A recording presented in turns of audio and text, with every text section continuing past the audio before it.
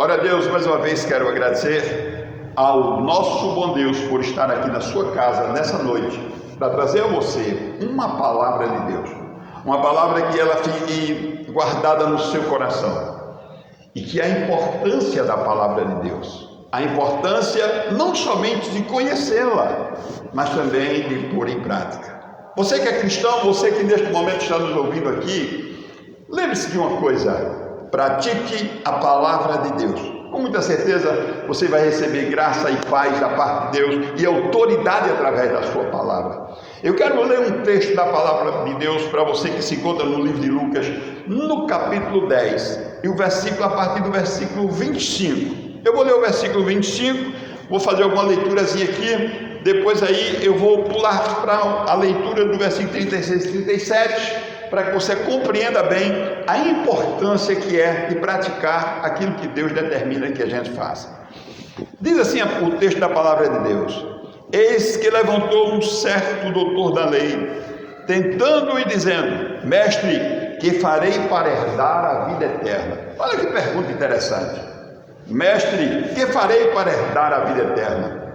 E isto nos faz lembrar aquela passagem do moço rico que correu atrás de Cristo e dizendo: mestre, o que hei de fazer para herdar a vida eterna? E Jesus manda que ele venda todos os seus bens e depois vem e segue e tem um tesouro. Aconteceu praticamente aqui em Lucas 10, 25, quase que a mesma coisa. Por que não dizer a mesma coisa? Só com uma diferença, querido. Esse cidadão aqui, ele era conhecedor da lei. Esse cidadão aqui queria colocar Jesus em uma situação difícil. Ele queria colocar Jesus em aperto. E quando ele chama Jesus de mestre, não é porque ele considerava Jesus como mestre, mas ali ele forçou a barra. E o Senhor, que conhece muito bem o coração, o Senhor conhece o meu e o teu coração, sabe muito bem o que é que nós pensamos, ou o que nós precisamos, ou o que pedimos. Então Jesus vai fazer uma perguntinha para esse cidadão. E ele diz: como tu vê as leis? E ele vai responder da seguinte forma: amarás teu Deus sobre todas as coisas e ao teu próximo como a ti mesmo. Lá na frente Jesus vai responder para ele e vai dizer: olha, interpretaste bem, disseste bem. Agora, fazer isso e viverá. Fazer isso e viver.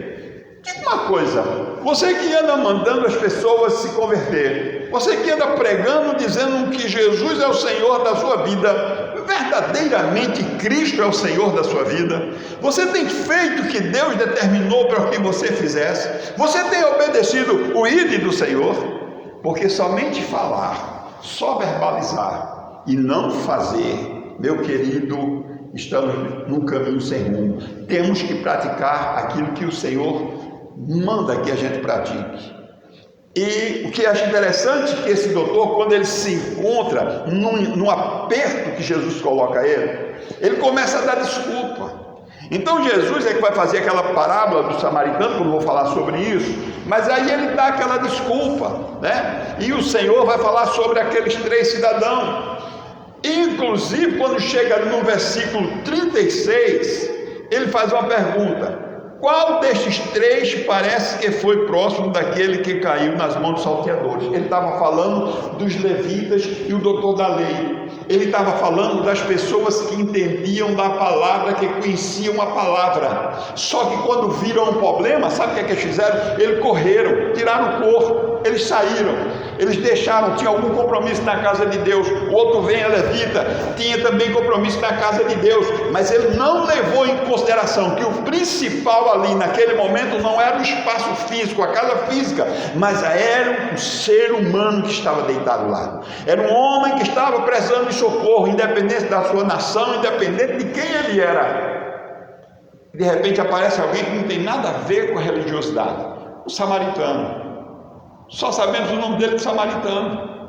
Ele apenas ia fazer negócio ou alguma coisa, ele deixou tudo lá e parou. E foi socorrer a quem estava precisando de socorro. E deixa eu fazer uma pergunta para você. Nesse tempo difícil em que quase toda a nossa nação está em quarentena, o que você tem feito para ajudar teu irmão? O que você tem feito para ajudar os teus irmãos, quando nós nos juntamos na igreja para cantar, para louvar? O que você tem feito? Você tem procurado saber se está faltando alguma coisa na casa do teu irmão? Cuidado para não se tornar tão religioso ao ponto de se esquecer de fazer aquilo que Deus determinou que a gente faça. E Jesus continua no versículo 36, quando ele diz: qual, pois, desses três parece que foi o mais próximo o mais próximo? Ele diz: daquele que caiu nas mãos dos salteadores. Ele disse: o que usou mais de misericórdia, o que usou mais de misericórdia. Agora, olha a palavra de Jesus. Olha a palavra de Jesus. Você está usando de misericórdia, meu filho? Porque se não está, escuta a palavra de Jesus. Ele diz aqui, no 37, e ele diz: o que usou de misericórdia para com ele. Disse, pois, Jesus: vai e fazei da mesma maneira. Essa é a pergunta que eu faço para você hoje. Vá, faça da mesma maneira que o bom samaritano. Pratique algo que Deus se agrade de você. Estenda a sua mão para alguém nesse momento difícil. Estenda a mão para o seu ministério. Estenda a mão para aqueles que estão à tua volta. E não somente que faz parte da igreja que você está nela, ou alguém que seja cristão, mas alguém que está precisando de você agora, nesse exato momento. Você tem dado as costas como lá o doutor da lei? Você tem dado as costas e passado de longe como o levita? Ou você tem praticado a palavra de Deus? Lembra-se que Tiago fala? Quando Tiago, lá no capítulo 1, versículo 22, do 22 ao 25, que ele fala bem corretamente para a gente, que ele diz que a gente não deve apenas ser cumpridor, não só ouvidor da palavra, mas que temos que cumprir, porque aquele que ouve a palavra de Deus e não pratica, ele é semelhante a um homem que vai lá no espelho, se olha, e quando sai lá não se vê mais, não sabe mais quem ele é direito, nem o seu rosto. Ele passa, a palavra de Deus passa a não ter nenhum valor. Quando ele fala, a palavra de Deus não tem nenhuma força na sua boca, porque simplesmente está no campo da falácia. Você que diz que deve amar, você está amando. Você diz que deve ajudar, você está ajudando. Você tem chegado junto do seu pastor, você tem chegado junto dos irmãos, porque essa é a palavra do Senhor para nós hoje aqui. Agora, escute isso. Isso é interessante. Eu quero que você dê uma olhada lá em Mateus, no versículo, capítulo 25, a partir do versículo 31 ao 36. E esse eu quero ler que é para não errar, porque às vezes nós damos um errozinho aqui na leitura, e eu quero ler isso aqui para você ficar bem atento. Você quer ir para o céu, não quer, querido? Você quer ir para o céu? Então só tem um jeitinho de ir para o céu. É cumprindo a risca com a palavra de Deus. Saiu fora da palavra de Deus, saiu do caminho. Agora, olha só, eu vou ler para você Mateus capítulo número 25, a partir do 31. Ele diz o seguinte, está escrito em negrito: o fim do sermão profético, a vida eterna e o castigo eterno. Olha como ele começa: e quando o Filho do Homem vier em sua glória, e todos os santos anjos com ele, então se assentará no trono da sua glória. Coisa linda. Olha o versículo 32: e todas as nações serão reunidas diante dele, e apartará um dos outros, como o pastor aparta dos bodes as ovelhas, e porá as ovelhas à sua direita, mas os bodes à esquerda. Então dirá o rei aos que estiverem à sua direita: vinde, bendito de meu Pai, possuir por herança o reino que vos está preparado desde a fundação do mundo. Por quê? Porque tive fome e deste-me de comer, tive sede, deste-me de beber, era estrangeiro e hospedaste-me, estava nu e vestiste-me, adoeci e foste-me visitar-me, estive na prisão e foste ver-me. Então os justos lhe responderão, dizendo: Senhor, quando te vimos com fome e te demos de comer, ou com sede te demos de beber? E quando te vimos estrangeiro e te hospedamos, ou nu e te vestimos?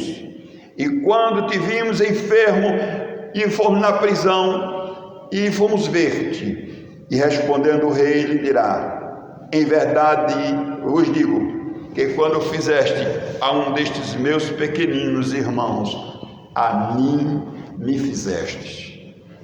Jesus relatou aos justos algumas coisas que eles fizeram nesta vida, e é justamente isso para os dias atuais de hoje. Jesus disse para eles, para os justos: tive nu e me vestiste, tive fome e deste-me de comer, tive sede e deste-me de beber, estava doente e foste me visitar, estava preso, foste me ver. E o justo pergunta: Senhor, quando te vimos nu, ou com fome, ou doente, quando você vê? E ele vai dizer o seguinte: quando tu fizesse a um destes pequeninos. Não é quando você fez ao próprio Cristo, você fez a um destes pequeninos, a mim me fizeste. E você já percebeu aquela perseguição de Paulo? Eu faço uma pergunta aqui para você. Paulo estava perseguindo a igreja ou Cristo? Paulo estava perseguindo a igreja ou Cristo? Paulo estava perseguindo Cristo.